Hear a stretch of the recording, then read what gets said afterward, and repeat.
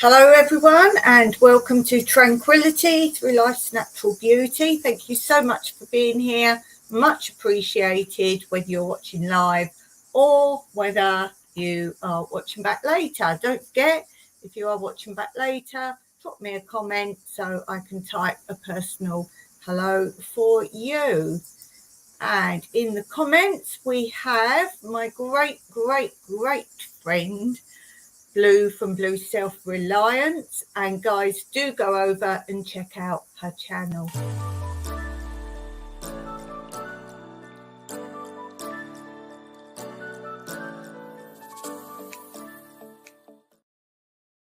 So do go over and say hello, and I always recommend you also go and look on her community post. I'm often saying it, but they make a great read. Put down your books, go back, read all past community posts on Blue Self-Reliance. There really is some good content there, very interesting. So shall we get going straight away today? Let's start today with, if I can find it, let's start today with this.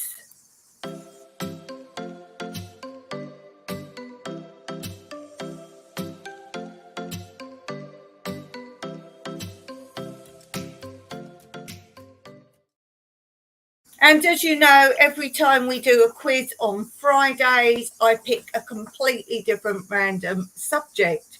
And a lot of you have actually commented and told me that when you heard what the topic was, you'd think, oh, I don't know anything about that. And then as you've been listening, you're like, oh, actually, I do. So let's see how surprised you are by this. The subject today is football. Now, if you're like me, you'd be like, football. But let's see how many answers I know as well today. So let's see if I can surprise myself. So I'm going to read all the questions and then I'll go through all the answers. The first question is, for what country did Pele play? Yes, I know this one. So 1 out of 1 for me. Grief, laugh out loud, says Blue. Is that about reading your Okay, question 2. Who has scored over 100 goals for his country? And I'm going to give you options. Wayne Rooney, Michael Ballack, or Ali, is it Day? I don't know. Blue, same as me. I don't even know how to pronounce that last person. I've never heard of him. So I don't think I would pick him just because I've never heard of him. I would think it would be someone I know, but who knows? Question 3. What is the person in charge of a football match called? Oh, I think we all know that. Blue saying the last one, not Scooby-Doo, no. What's the person in charge of a football match called? I think everyone would get this one, surely. So see if you know that one. I guarantee you've all got at least one right now. The next question. How often did Pele help win the cup? If it's help win the cup, does that mean how many times was he in when they were doing the cup? So I wouldn't know that. The next question, how many players are in a football team? Let's see if I can think of an answer in my head. I've got an answer. Ooh, I'm right. I've got no idea about anything football, says Blue. The next one is, what colour is the card that means a player is sent off? Oh, I know that one. So what colour is the card that means a player is sent off of the pitch, basically? I'm sure you know that one, Blue. The next one, in which city were the first full rules of football created? Oh, so you do know things, Blue. Blue's saying she knows it was invented during the 10th century and was a lot different to what it is now. Oh, and Blue's got an answer. Yay! The next one, did Pele score 478, 809 or 1,281 goals in his career?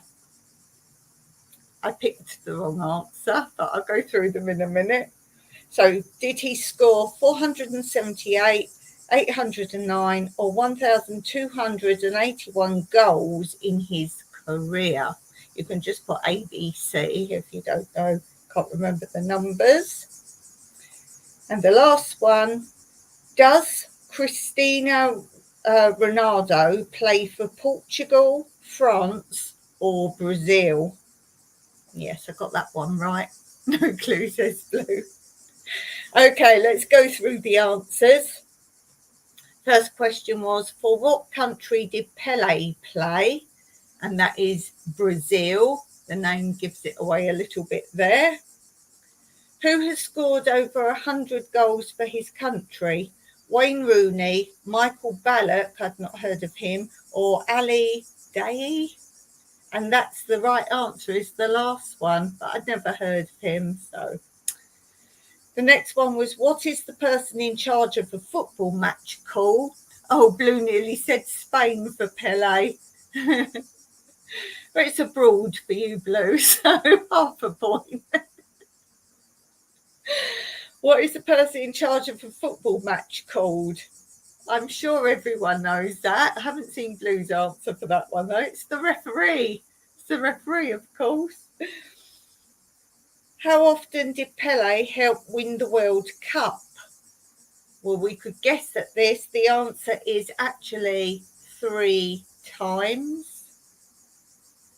The next question is, how many players are in a football team? I guessed 11, and the answer is 11. Isn't there something called 11 legs? Leg 11, 11 league, leg. I don't know. There's something like that. There's something about 11 legs, or I don't know. Blue saying football in one ear and out of the other.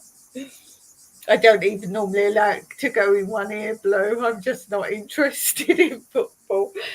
The next one is, in which city were the first rules of football created? Did Blue put an answer for that one? No. The answer is London. London. It's created in London. The next question was, did Pele score 478, 809 or 1,281 goals in his career? And the answer was the top one, or C, 1,281. Next 11 is bingo. I know that, but I'm sure there's something about 11-leg league or something. I don't know. Yeah, we could do bingo, Blue. I'm sure you'll get all those right. And the last question is, does Cristiano Ronaldo play for Portugal, France or Brazil? That's Portugal. I had heard that, so I did kind of know that one. Okay, let's give Blue a bonus question on bingo. Let's see how good your bingo is, Blue. What do we say for 22? The number 22, when it's called in bingo, what does the caller say? So when the caller pulls out number 22, what does he say? Oh dear, not good. Yes, we call something. Yay! Two little ducks, 22. For anyone who doesn't understand that, the number 2 looks like particularly a swan, doesn't it? The head and then the body. Well done, Blue. We should do a bingo one. I don't know if you know, Blue, but they've changed most of them now. Most of the bingo calls, unless you go somewhere really traditional. Some of them, there was it a quiz on it, or someone was asking what are all the things, and I would say 9 out of 10 were wrong. I get a certain thing here and there they might have changed, but apparently the calls are different. But then that's like a dictionary, isn't it? If you get an English dictionary today, you won't know what some of the words are in it. They changed them. Okay, so that's our quiz for today. Let's go and have a look at Quote Corner. Let's see if we could do Quote Corner for Friday. Friday Quote Corner. Where are you? Where are you, Friday Quote Corner? Oh, there it is.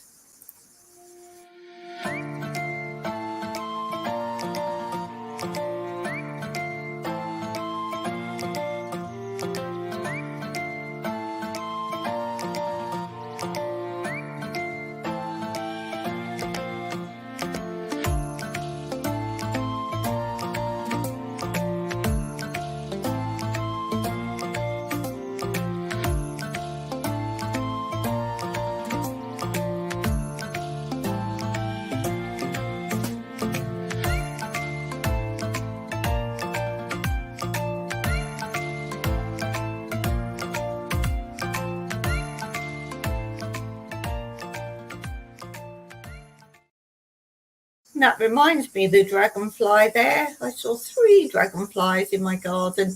We mostly have red ones, a really red colour, the whole thing.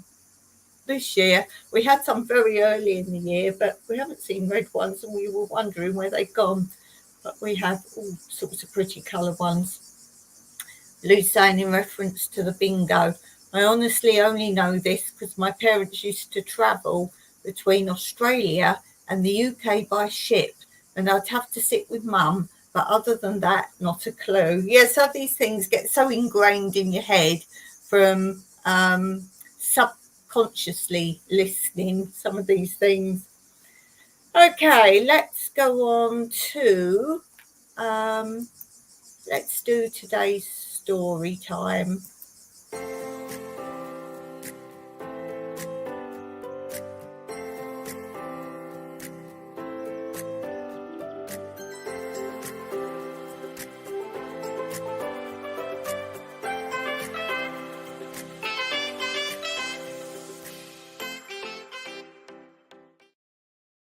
So I'm going to continue where we finished off last time. Remember, if you're enjoying this and you want to see previous parts of this story, then that's why I play these little interludes. You can fast forward previous lives, look for that little interlude title piece, and just listen to the part you want to listen to. So we were talking about Jenny. Oh, if you don't know, this is basically a book of pastimes of the place I used to live in England, and that's why I got the book. And it's the author is someone who used to live there as a child, so she talks about old times there, and there's lots of pictures, and I just like look at the old things, the old pictures. So we were talking about Jenny, who was like the housemaid, almost the housemaid last time. So it continues. Many were the tales Jenny told us of high life in London on those days when she was in service with a titled family. On evenings when our parents had gone to the theatre in London or out to supper with friends, Jenny would play dressing up games with us, and we became lords and ladies giving dinner parties, complete with finger bowls and wine glasses. She was a fantastically hard worker and would polish our hall floor with what she called elbow grease until it was a positive danger to walk across in case the rug slipped, much to Father's annoyance. Another maid I remember was Martha, who excelled herself by being discovered to be a carrier of the dreaded, in those days, diphtheria, and passing it on to 3 of us children. In those days of mainly long hair, it was often a tussle to ensure that the maid washed her hair regularly and kept herself clean and tidy.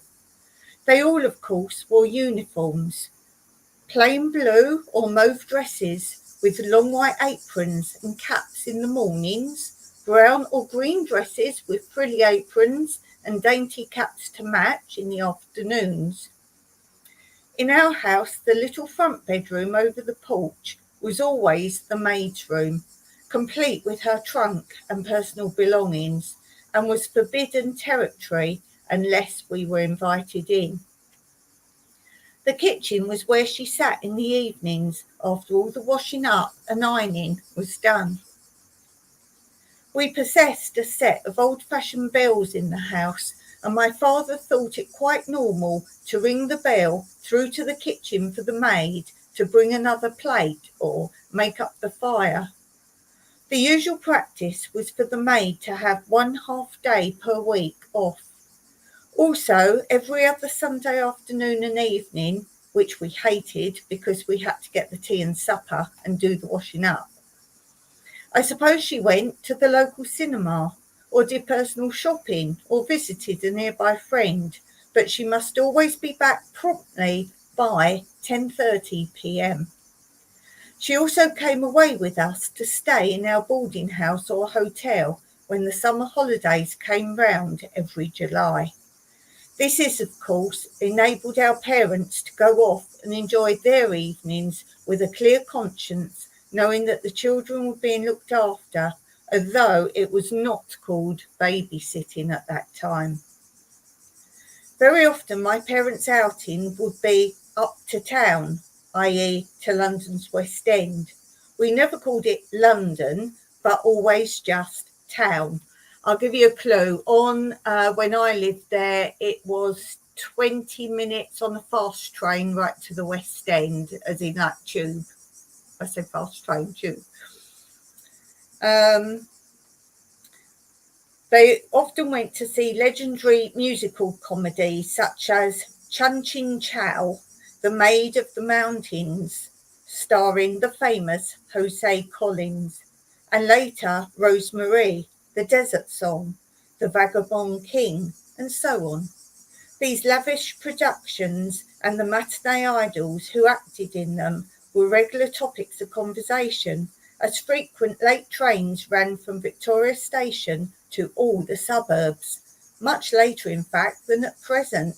So outings to London for theatres or dinners at, for instance, the famous Trocadero were easily undertaken without benefit of cars. And I've got pictures here. This is, if anyone knows the area, it's Manor Road and Station Approach, Wallington. And it's showing some shops here. Kings of Florist can be seen the centre, Melbourne Public House far left. The last shop in Railway Terrace is French & Co. The photographers are next to this, just outside Station Approach, is the entrance to Forsyth's Yard, and beyond that, Melissa Grocers. Now, when I lived there, I don't know how well you can see where my finger is, the road down here, there's a railway bridge literally there, which is Wallington Station. That looks exactly the same pretty much. And you can see the road goes down a bit.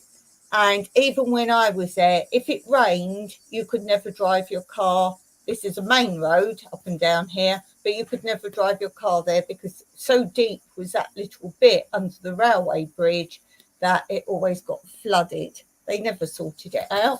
And then here, if you go up this road here, this turns into, I think it was called something Parade first. Then it changed into Ross Road, which is where I had my first house in Wallington. And then running at the end of Ross Road, perpendicular, was Domain Road, spelt Demesne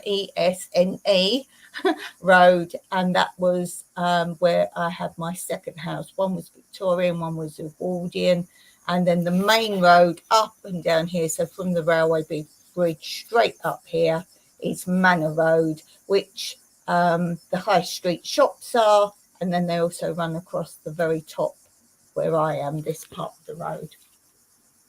And then if you go just past that corner that I've just showed you, if you just go past this corner here, that corner there is this shop here, and going up this way is the main high street. You can see a church tower maybe at the top here, that was there till, I can't remember, but after I lived there, then they suddenly decided to pull it down, and they actually built a big Sainsbury's up there, which nobody wanted and causes chaos because it's then the main road across the top of that as well. And I've just found a lot of my old postcards of the area, so I might do a little video on some of that. Let's read a little bit more. Mother bought all the music of the shows to play and sing to on her prized rosewood piano. I can remember crying quietly to myself in a corner of the sofa while she sang in her high soprano voice many of the sentimental ballads of the day, such as Parted, The Rosary, The Sunshine of Your Smile, the Indian Love Lyrics, and many more. Compared with modern days, Mother obviously had a pretty easy time as far as household running was concerned, since it was a custom for practically everything to be delivered, if one wished, by an errand boy on a bicycle or by van. So what's that then? Wolt, Bolt, Dash, Uber. Nothing new there. Twice a week, one of the grocer assistants from Millets in Railway Approach would call at the house in the morning and be admitted to the kitchen, where he would sit down and write in his order book a list of our grocery requirements, which would be delivered later that day. The butcher and fishmonger also sent daily orders, and of course, bread came every day. Fresh vegetables and fruit could be brought regularly from nearby small holdings along Woodmanston Lane, whose owners called in a van, while as for milk and cream, the first delivery was 6 a.m, to be followed by another at noon. Remember, fridges were far and few between. The milk was in a huge metal churn and was ladled by hand into one's own small churn or jug. I believe we had almost 3 deliveries of post every weekday, and certainly numerous collections. My mother also had a weakness for new hats and would think nothing of telephoning the local drapers, Aldis and Hutchins, later called Tilly and Aldis in Woodcote Road, now the site of the post office, and asking for a selection of hats to be sent round on approval. And if this desire happened to come over her around 5 o'clock, sure enough, the little old delivery man would stagger round later on that same evening, complete with hat box crammed full, because it was quite usual for most shops to remain open until 7 or 8 or even later. For too many, it was the bad old days because of this. Yes, so fancy being a shop owner. We have here in Cyprus what's called summer hours, and our shops are open to that sort of time, but they close for a long siesta lunchtime when it's incredibly hot. No one's going to go out to the shops. So obviously right now we're in summer hours. Although I was in due course presented with 2 sisters, looking back I realised that Mother's pregnancies were completely hidden from me, and indeed the most of the neighbourhood. I seem to remember that she suddenly took to going out mostly after dark for her daily walk, wearing a long navy blue cloak, and later, when a resident trained nurse arrived, she was simply introduced as a friend who was staying with us for a few weeks. I may have glimpsed a beautiful baby basket of wicker, lace-frilled and threaded with narrow baby ribbon, being gradually filled with tiny brush and comb, swan's down puff, and baby powder, cotton wool, and so on. Also, the white swinging cot was freshly painted and rehung with dotted muslin in any way and ribbon bows. But no one thought it was necessary or desirable to prepare us in any way for the sudden arrival of a new baby. One just accepted the fact that it appeared out of the blue, or from under the gooseberry bush, So any thoughts of jealousy or being deprived of attention never entered one's head, as far as I can recall.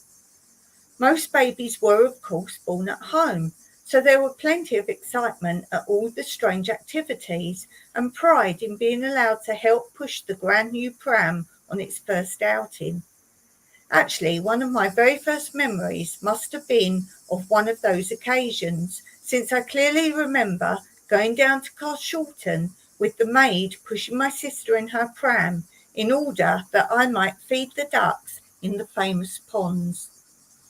Incidentally, this is where I first met my friend Henry Hayden, of similar age, whose family occupied the banks and the butcher's business in Carshalton High Street for nearly 300 years until the buildings were destroyed by the Second World War. He and I later became committee members of the Junior Municipal League in the district and the Wallington House of Commons, and later still he was to become the last mayor of the former borough of Beddington and Wallington. So I hope you enjoyed that. If you've got any questions about the area or anything like that, do ask. And let's go on to this. Not that. I couldn't move my mouse. It had frozen over the last piece I played. Oh dear. Didn't mean that at all. Let's go on to this.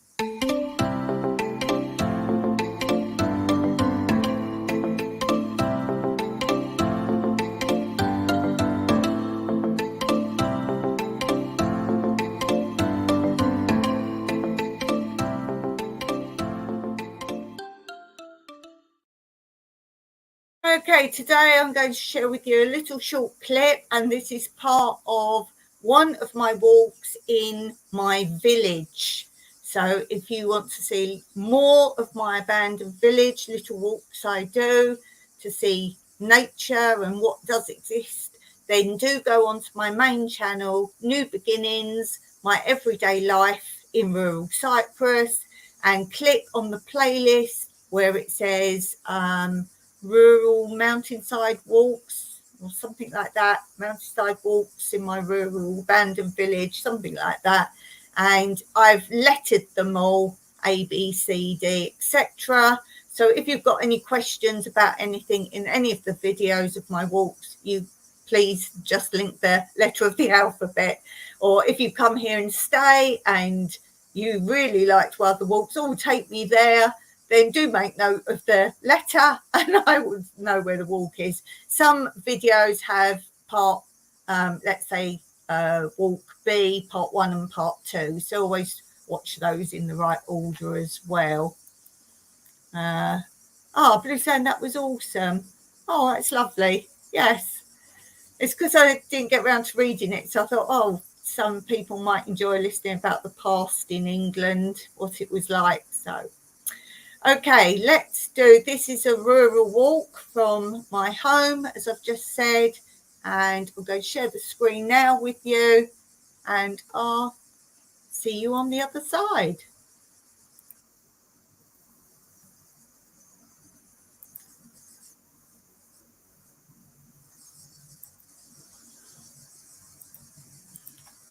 Might help if I actually share the screen. Here we go.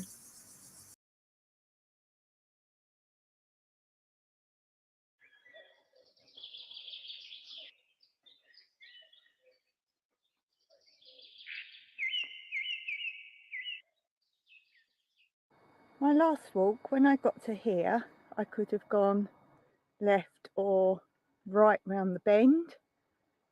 So last walk I went left, but today I'm going to continue round and show you where you would have gone if you'd gone round here to the right. So we're continuing further up the mountain track.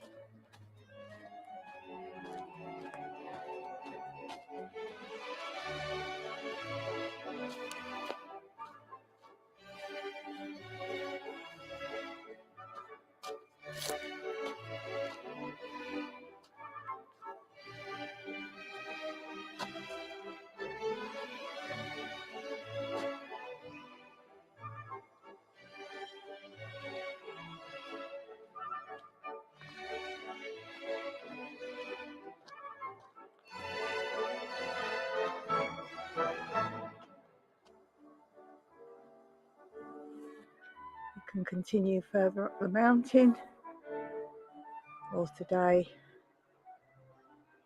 I'm going this way.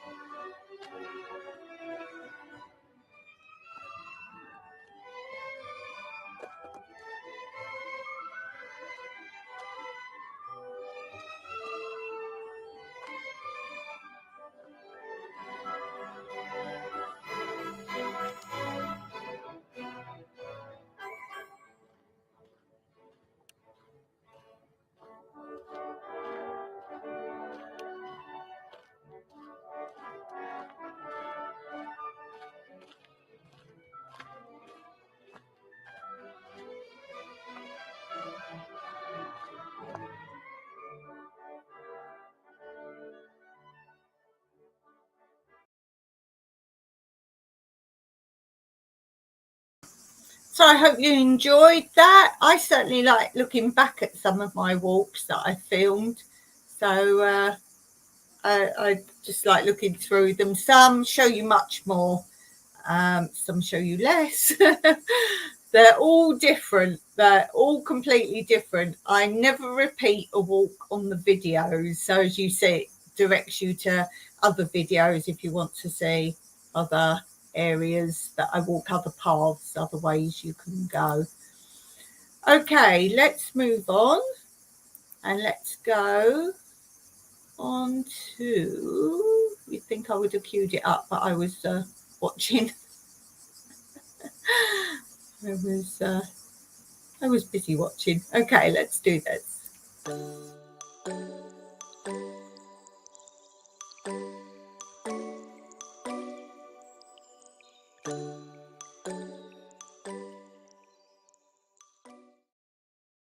Okay, question of the day. Question is, did you ever have to wear a school uniform as a child?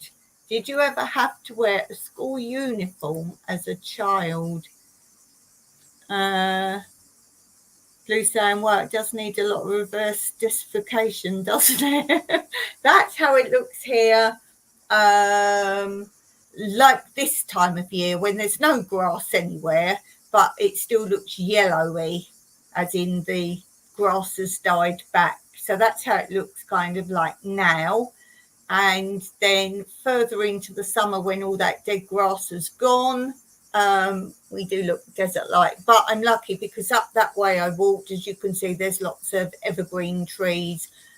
There's the edge of the pine forest, and the olive trees everywhere obviously don't stop being green. So we do have greenery around, just not on the ground.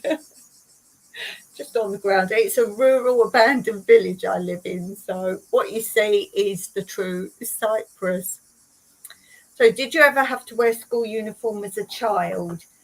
Most schools in England have school uniform. If they don't, I'm talking about in my time, if they didn't, then more often than not, they would ask you to wear particular colours.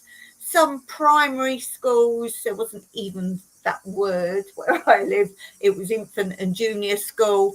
They did let children wear their own clothes, but I remember my infant and junior school, they did prefer it, excuse me, if you wore royal blue cardigans and jumpers and grey skirts for the girls, grey trousers for the boys.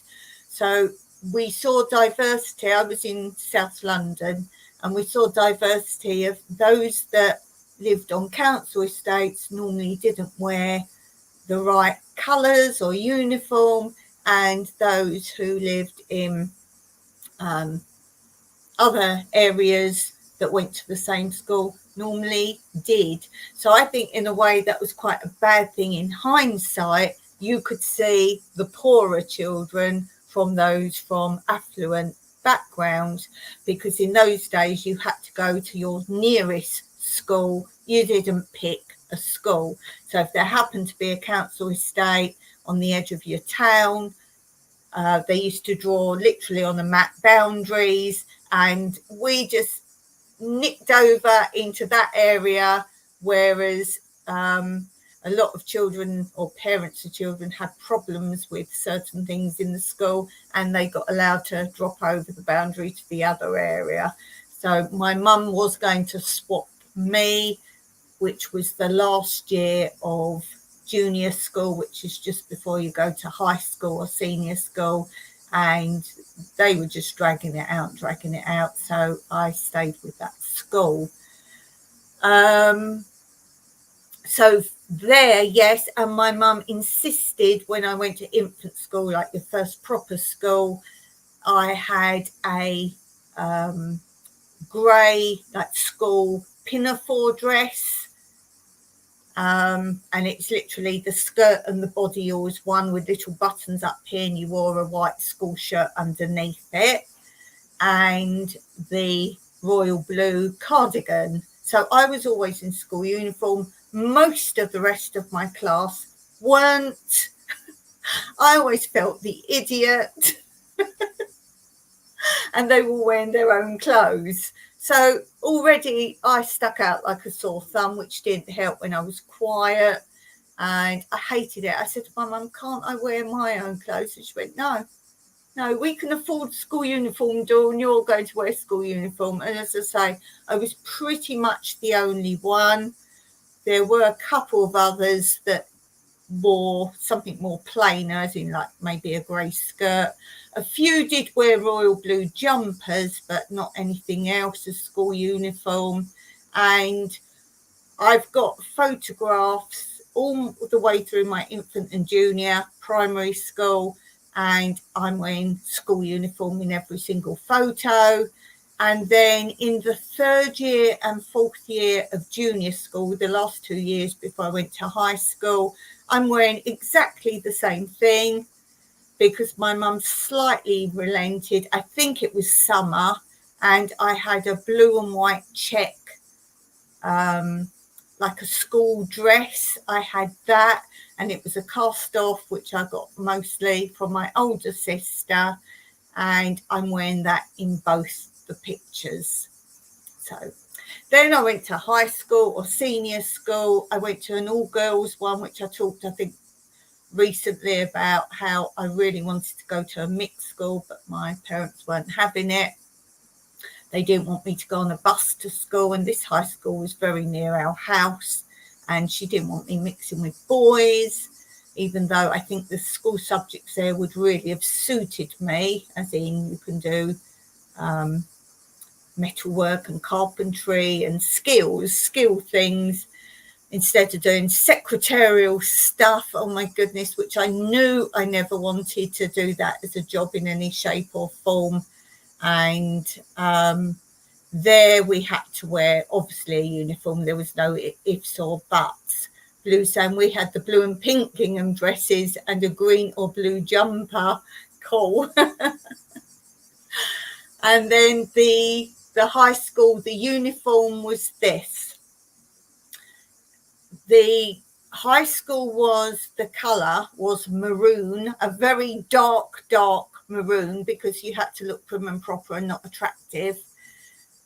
It wasn't as bad as another school near us, high school. The only one that was worse than us for uniform was, it was a Catholic school, and they had the darkest brown you can imagine. That was girls only, and their skirts were almost to the floor. I remember that. And their blazers were the same dark brown, and their shirts were almost a dark brown check, and they were all awful. St. Philomena's, if any of you know that one. St. Philomena's. So we didn't have it that bad, but we still had what I consider a bit old-fashioned. We had, as I say, maroon was the colour. You could have either maroon or the school grey skirt. The jumper or cardigan, it had to be a school uniform one. That could either be grey or maroon. We had a school tie. Now, bearing in mind, we were an all-girls school, not a mixed school, and we had school ties. I don't get that. Even St. Philomena's didn't have a tie, as far as I remember. I don't remember them having ties. So we had a maroon tie. When we came and went from school, you couldn't wear your own coats. You had to have, in the winter time, a grey raincoat. It was a set school raincoat. You couldn't just go and buy one. And, you know, like, I don't know if all countries had this, but you had, in films and that, you'd have like what they called the dirty old man, like the flasher or whatever, and they always had that beige raincoat. That was what we had in grey, and it had a hood. So you had to have that. And then in the summer, you had to have their school maroon blazer, and that had to have their special badge on it as well. If we went out of school for a trip of any kind, if it was something like swimming, you went swimming, you had to wear the school maroon beret for your head, the beret. You had to wear that. That was if you went swimming or something like that. I never went swimming. They kind of, I'm of the era where things cancelled, then came back, then cancelled. So the years I would have gone, or the seasons, I never went swimming in senior school, but you still had to purchase a beret in case. And then if you went on a proper school outing, like once a year, you'd do a class outing or something. I don't remember doing those either. So I think we never had I don't think I ever had a school outing, but you had to purchase it just in case. If you went on an outing, you had to wear, wait for it, the school straw boater hat. Now, that wasn't a thing in my day. I know I'm old, but I'm not old that it wasn't kind of that kind of school or that kind of era that I was going to high school. But yeah, you had to have a straw hat. Blue Sand. Oh my God, me too. St. Clair's. St. Clair's in Porthcawl, brown with yellow shirts. Oh yes, because you did a Catholic school. And then Blue Sand, Red Maids in Bristol, though we had capes, oh gosh, as borders, and bonnets for Sundays and Founders Day. Oh my goodness, Blue, I'd love to see pictures if you can find any pictures. I'd love to see that. Gosh, and I thought mine was bad. I would have loved a straw boater, the bonnets, though, I kid you not. I'd love to see a picture. Was that, do you think, because it was a Catholic school, because they did try to sort of keep time, not progressing there. What were like the schools with a strong uniform wearing at that point? As I say, St Philomena's was still very I think St Philomena's had long knee-high brown woolen socks as well. Oh, no pictures. My photo was taken by my sisters. Oh, I can imagine it though, Blue. We're doing an AI mock-up.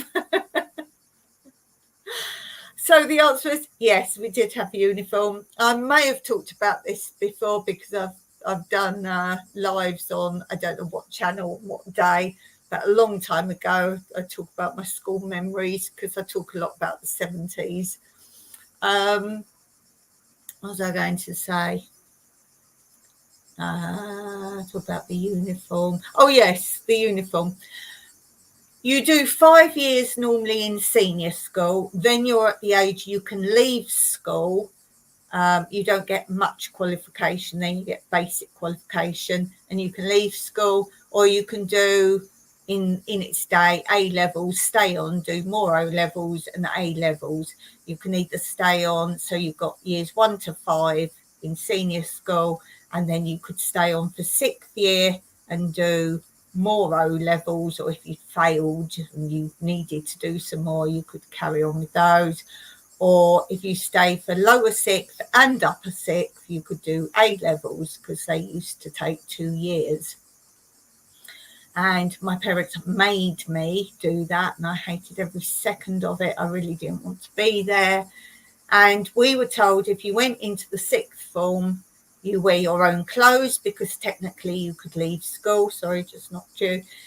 You could wear your own clothes then, which was fine, as long as you were wearing clothes that you would wear if you went to work. It didn't mean suits, but it meant you couldn't wear, not that it was a thing then, but jeans or that kind of thing. You could wear jeans, but tidy jeans, because who knows what sort of job you would have been in, but you wouldn't have worn like rags or weird things. So if you signed up for lower 6th and upper 6th, you couldn't get out of it technically. You signed up. And then we had a change of head. New headmistress came in, and she came in and she changed the rules of what you could and couldn't wear. And she said no jeans. Now, she came from a really terrible senior school. Everyone thinks she lost her job there because she lost control of the school and the school went to pot. She came to our school, which was quite a good school and well behaved and no trouble. And she thought she'd put her stamp on by trying to make more rules. So she said, you can't wear jeans. And I was really angry. I said, no, I've signed up for it with the rules as they were. Because in those days, in the 70s, most people were wearing jeans pretty much all the time. And I said, no. And she said, no, you can't. And I said, well, unless you're going to give me a budget, because I'm not at work, a budget to go and buy clothes other than jeans. I'm not buying clothes just to come to school in. I think I got round. She said, well, they've got to be really smart, blah, blah. I can't remember. But that was that. Blue says possibly because it was school that had been around since the 1600s. Wow. The senior school or high school I went to, it still exists. Its name changed while I was in the last year there. It changed its name. Again, I think it was that head. She was trying to put a stamp on the school. And it changed its name, so I just lost all connection with it. And today, the school is much bigger. It had one extension before I went there, and then another extension while I was there. But it's got another extension again. They now have boys there as well, so it's a mixed school. And I've seen it on YouTube, so this is fact. Most of the school is more about drama, and they call them the arts and things like that. That's what qualifications are now. That's what they are now.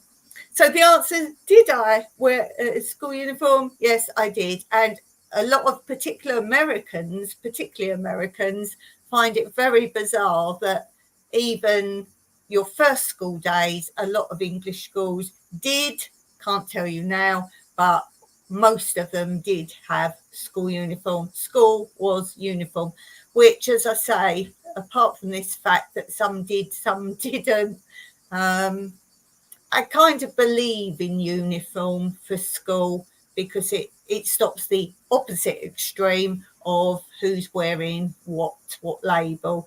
And I think there's rules in some American schools when you start high school and it says what you can and can't wear because they're wearing their own clothes. There are rules. It says mustn't have bare shoulders. I'm talking about girls or boys as well. And it says how short or long skirts are, no like mini micro shorts because they can wear shorts to school, no micro shorts, and there's lots of rules. And some schools also have you mustn't show a brand, so you mustn't have a brand. Yes, Blue saying Aussie kids wear uniforms too. They most certainly do. I think it's a good thing. I don't think it should be so open as in just wear this colour or you can wear this or this. I think, but I do know the problem with a lot of schools saying this is a set uniform. The problem with that is that then they started having shops. You could only buy certain school uniforms in certain shops. Then they can charge what they like. So that's wrong. That's wrong. And as you may well know, there's a lot of British forces bases in Cyprus. And they're always moaning every time they have to leave every 2 years maximum here because they can't reside here. And when they get posted somewhere else, they have to get another uniform. Well, I thought what they should do, first of all, I thought perhaps have a base's uniform, then whichever base you go to, change the badge. But I do know there's some countries, such as the postings in Germany, where they say they have issues and people out the children. Well, I'm not sure, A, why they'd be wearing their school uniform out and about, and secondly, why that would be an issue, why there would be issues.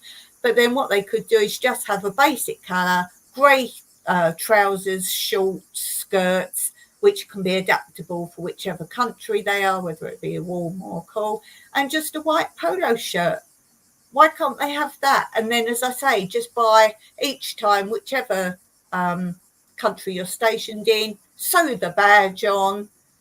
What's a badge, embroidered badge going to cost? Not a lot. And that's simple. That's simple. Blue saying, I'm in Australia, you can not only buy the uniform, but you can buy the fabric for those who make their own. We did have that in high school. I'd forgotten to say that they had this material. It was the same material, but in 3 or 4 different colours. And you could buy it and make your own summer dress. You can make your own design. It started off being, it wasn't quite checked, but it was sort of thin lines, like a check effect, but it wasn't an actual check. And they started off with white and maroon and grey, kind of making the crosses. And my sister got someone to make her a skirt in that. And then when I was there, they had choices of like a very pale green, a purple, because I had those 2, I think, and then there was another colour. Now, that was a bit of, why not just choose one material? Why then all these fancy colours? But I don't think hardly anyone did that. As you get older, you don't really want to wear dresses and that, so we stuck to that. Oh, and we also had to buy the school PE kit. So that was a white polo shirt. And then something I cannot stand, I don't know if they still do them, like a little netball skirt, but that was for all sport. Why are you running around like young teenage girls who obviously have issues every month in a little mini wrap round netball type skirt, doing high jump and falling down on the ground? I think that is absolutely appalling. So I hated PE more than that. You had a leotard for gymnastics, thank goodness. So just a black leotard. I probably had one from dancing. That was a black leotard, but I only remember doing gymnastics in the first year anyway. That's probably why I don't remember that. Then you have to start to buy things as you go different years. 1 year of PE, in the winter it'd be hockey. Then they want you to buy hockey boots, and I just kept piling up and piling up. Then buy this, then buy that. In the end, we were allowed these tracksuits, and my mum bought me one, and I just wore it for literally all PE in the end.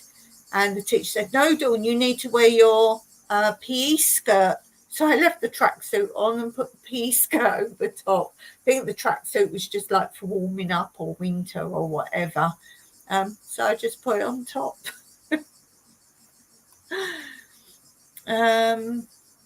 Blue saying, Aussie school have uniform shop as part of the canteen. You can donate old uniform and others can get it for pennies second hand.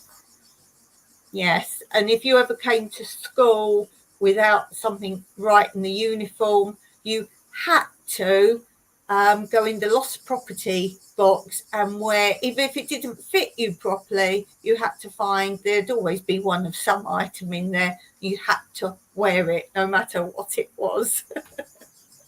No matter what it was. Yeah, so memories. So that was my question for today. Oh gosh, I've gone on long. I normally do about 30 minutes on a Friday, because for me, I start this live at 2:00 in the afternoon. And that is because I've then got the afternoon to do, might go shopping after lunch. And it means I can get narration done while he's not around. So that's why I normally do 30 minutes on a Friday. So I can do my live and then do some narration. And today I'm going to be narrating tips on mosquitoes. It won't be on this channel. It's for my other channel, New Beginnings, My Everyday Life in Rural Cyprus. It won't be up just yet, but do look out for it. I've got a whole playlist on that channel of insects, bugs, to identify them, to know how to get rid of them, but most importantly, how to prevent them in the first place. So whether they be things on your vegetables, so do go over and have a look at that. But I'm going to go now and narrate ways to stop insects in your garden. So I'm going to narrate that. I've got all the footage ready, just got to narrate. What's this awful thing, says Blue. We were really awful as kids do them. Yes. So there will be some things you might know. There might be some things you thought, oh, yes. And there's also going to be some tips that you may not even know. So as I say, I don't know where it'll be posted yet. But do look out for that on my other channel. And I'm going to leave it there. And thank you for being here, whether you're live or you're watching this back later. And I will be back live Monday on my other channel. Until then, have a nice, relaxed weekend. Dawn.